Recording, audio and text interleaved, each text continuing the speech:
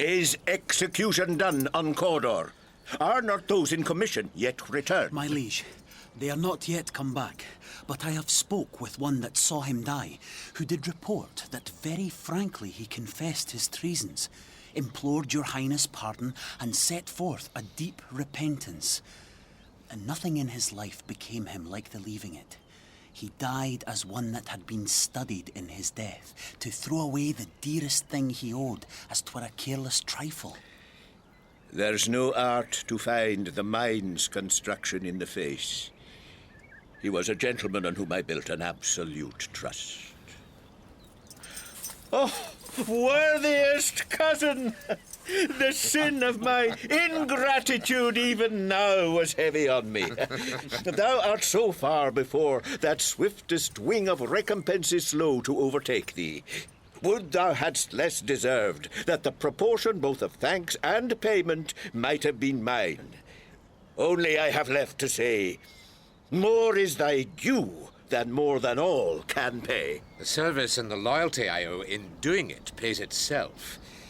Your Highness' part is to receive our duties. And our duties are to your throne and state, children and servants, which do but what they should by doing everything safe toward your love and honor. Welcome hither. I have begun to plant thee, and will labor to make thee full of growing.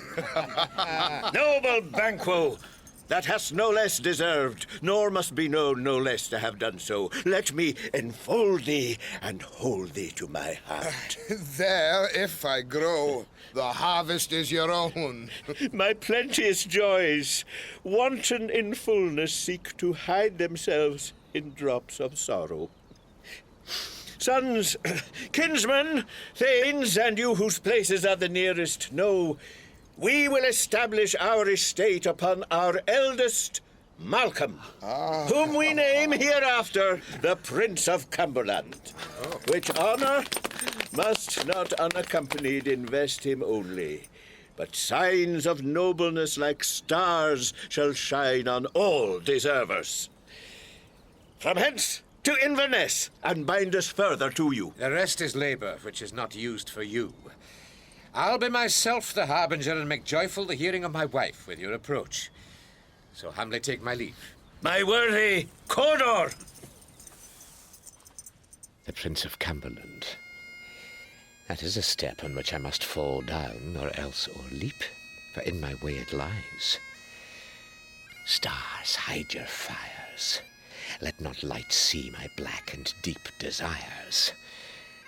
The eye wink at the hand, yet let that be which the eye fears when it is done to see. True, worthy Banquo, he is full so valiant, and in his commendations I am fed. It is a banquet to me. Let's after him, whose care is gone before to bid us welcome. It is a peerless kinsman.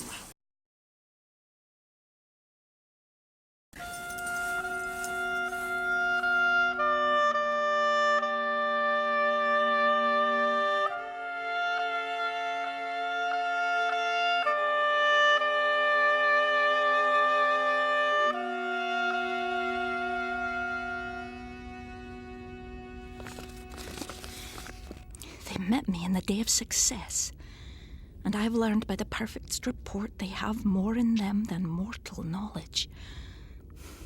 When I burned in desire to question them further, they made themselves air, into which they vanished. Whilst I stood wrapped in the wonder of it, came missives from the king, who all hailed me Thane of Cawdor, by which title before these weird sisters saluted me, and referred me to the coming on of time with, "Hail, King, that shalt be." This have I thought good to deliver thee, my dearest partner of greatness, that thou mightst not lose the dues of rejoicing by being ignorant of what greatness is promised thee. Lay it to thy heart, and farewell. Glamis thou art, and Cawdor, and shalt be what thou art promised. Yet do I fear thy nature. It is too full of the milk of human kindness to catch the nearest way. Thou wouldst be great. Art not without ambition, but without the illness should attend it. What thou wouldst highly, that wouldst thou holily. Wouldst not play false, and yet wouldst wrongly win. Thou'dst have great glams, that which cries, thus thou must do if thou have it, and that which rather thou dost fear to do than wished should be undone. Hie thee hither, that I may pour my spirits in thine ear, and chastise with the valour of my tongue all that impedes thee from the golden round, which fate and metaphysical aid doth seem to have thee crowned withal. What is your tidings? The king comes here tonight. Thou'rt mad to say it. Is not thy master with him, who wert so would have informed for preparation? So please you, it is true. Our Thane is coming. One of my fellows had the speed of him, who almost dead for breath had scarcely more than would make up his message. Give him tending. He brings great news. The raven himself is hoarse that croaks the fatal entrance of Duncan under my battlements. Come, you spirits that tend on mortal thoughts, unsex me here, and fill me from the crown to the toe, top full of direst cruelty. Make thick my blood, stop up the access and passage to remorse, that no compunctious visitings of nature shake my fell purpose, nor keep peace between the effect and it. Come to my woman's breasts, and take my milk for gall, you murdering ministers. Wherever in your sightless substances you wait on nature's mischief.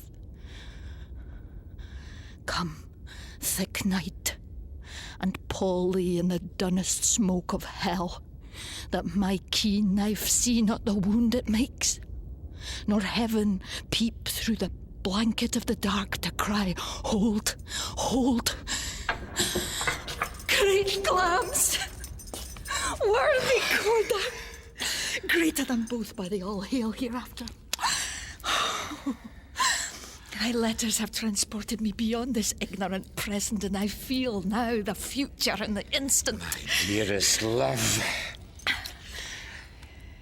Duncan comes here tonight. And when goes hence? Tomorrow, as he purposes. Oh, never shall sun that morrow see. Your face, my Thane, is as a book where men may read strange matters.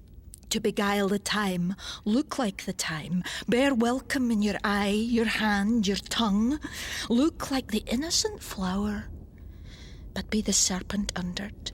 He that's coming must be provided for, and you shall put this night's great business into my dispatch, which shall to all our nights and days to come give solely sovereign sway and masterdom. We will speak further. Only look up clear. To alter favour ever is to fear. Leave all the rest to me.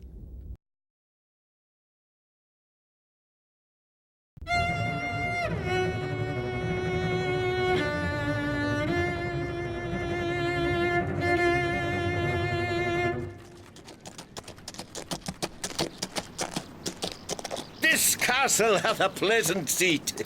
The air nimbly and sweetly recommends itself unto our gentle senses. This guest of summer, the temple-haunting martlet, does approve by his loved mansionary that the heaven's breath smells wooingly here. No jutty, frieze, buttress, nor coign of vantage, but this bird hath made his pendant bed and procreant cradle. Where they most breed and haunt, I have observed the air is delicate. See our honoured hostess. The love that follows us sometime is our trouble, which still we thank as love.